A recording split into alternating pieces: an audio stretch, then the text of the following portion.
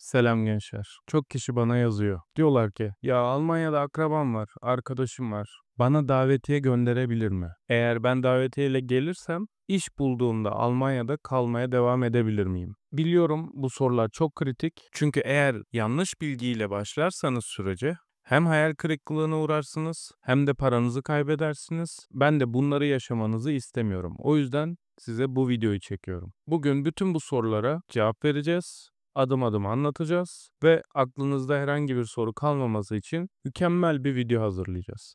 O zaman kahveleriniz hazırsa hadi videoya geçelim.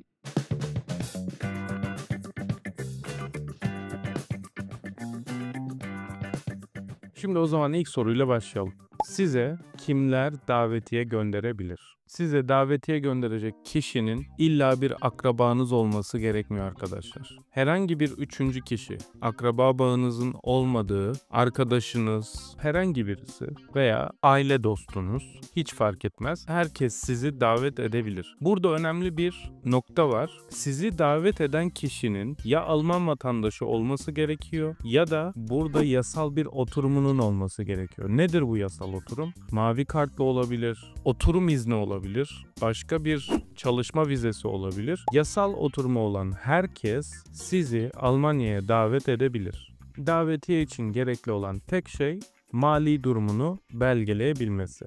Bu konuya zaten videonun ilerleyen kısımlarında yine geleceğiz. Gençler, şimdi davetiye çeşitlerinden bahsedelim. Burada iki çeşit davetiyemiz var. Nedir bu iki çeşit davetiye? Birincisi resmi olmayan, daha çok niyet mektubu gibi işte şu kişi şu tarihler arasında benim şu adresimle beni ziyaret edecektir gibi, yani daha böyle garanti bir çözüm olmayan ama yine de işe yarayan bir yöntem. İkincisi ise resmi davetiye. Nedir bu resmi davetiye ve nasıl alınır? Şimdi resmi davetiye sizi buraya davet edecek kişinin Almanya'daki bir yabancılar şubesine gidip orada kendi gelirini ve oturduğu evi, eğer kiraysa kira kontratını beyan edip oradan bir taahhütname almasıdır. Ve bu taahhütnamede sizi davet eden kişinin burada bulunacağınız süre boyunca sizin giderlerinizi karşılayabilecek bir gelirinin ve sizi misafir edeceği evde de size ayırabileceği, size tahsis edebileceği bir yerinin olduğunu resmi olarak kanıtlaması gerekir. Daha sonrasında da zaten o belgenin üzerinde bir damga, mühür, imza gibi bir şey olacak ve o belgeyi size fiziki olarak göndermesi gerekiyor. Yani PDF'ini veya işte fotoğrafını göndermeyle yine işlevsiz oluyor. Peki burada akraba davetiyle arkadaş daveti arasında bir fark var mı diyecek olursanız, hayır, herhangi bir fark yok. Sizi akrabanız da davet edebilir, arkadaşınız da davet edebilir, hiç tanımadığınız üçüncü bir kişi de davet edebilir. Dediğim gibi burada mali durumunu, gelirini kanıtlaması gerekiyor ve yaşadığı evde, sizi ziyaret ettiği evde sizin kalabileceğiniz yerinin olması gerekiyor. Ama şöyle bir parantez açalım. Tabii ki konsolosluklarda akraba bağınızın olması vizeyi değerlendiren kişiler açısından daha gerçekçi, daha kabul edilebilir oluyor. Yani akraba ziyaretleri ya da akrabanızdan gelen davetiyelerin şansı arkadaştan gelenlerden bir tık daha yüksek olabilir. Bu ama kesin olarak böyledir denilemez. Peki ziyaretçi vizesine başvuru için hangi belgeler gerekiyor? Öncelikli olarak bu davetiyenin elinizde olması gerekiyor. Resmi davetiyeden bahsediyorum. Resmi davetiyenin elinizde olması gerekiyor ıslak imzalı bir şekilde. Daha sonra vize başvuru formunu dolduruyorsunuz. Pasaportunuz, seyahat sağlık sigortanız, uçak rezervasyonunuzun olduğu bir dosyayı konsolosluğa vize randevunuzun günü geldiğinde götürüyorsunuz. Bunları teslim ediyorsunuz. Zaten ziyaretçi vizesine başvuru için gerekli belgeler diye internete yazdığınızda da çıkar. Başvuru sırasında size gönderilen mailde de gerekli evrakların listesi mutlaka vardır. Peki süreç ne kadar sürüyor? Ondan da bahsedelim. Vize randevusu için süreler kesin olmamakla birlikte 6-8 hafta arası sürüyor.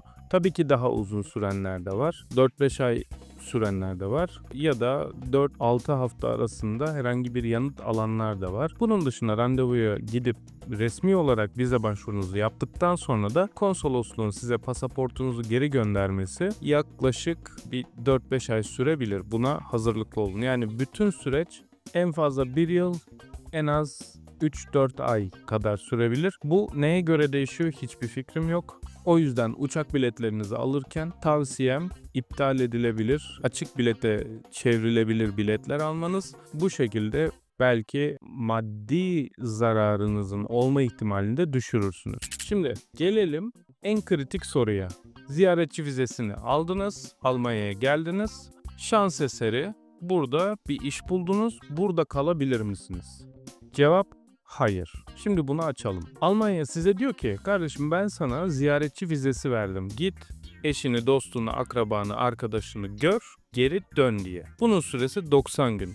Sen bu süreçte bir iş bulursan senin tekrardan kendi ülkene dönüp bana çalışma vizesine başvurman gerekiyor diyor. Yani ziyaretçi vizesi çalışma vizesine çevrilemez. Çünkü ziyaretçi vizesi bir nevi aslında turist vizesidir. Artık iş buldum, ben burada kalıyorum gibi bir hakkınız yok.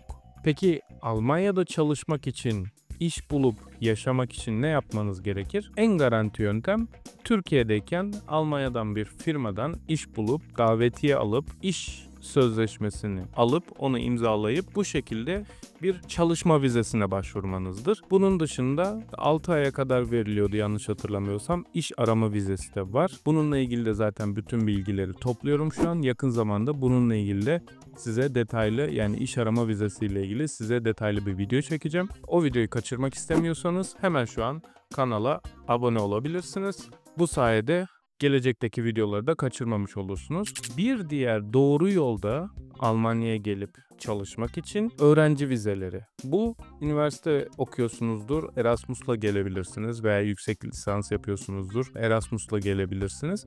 Bunun dışında Ausbildung için gelmeye başvurunuz olabilir öğrenci olarak. Öğrenci olarak geldiğinizde de yarı zamanlı da olsa bir çalışma hakkınız, çalışma izniniz olur. Bu 3 yolla Almanya'ya gelip yasal olarak çalışabilirsiniz.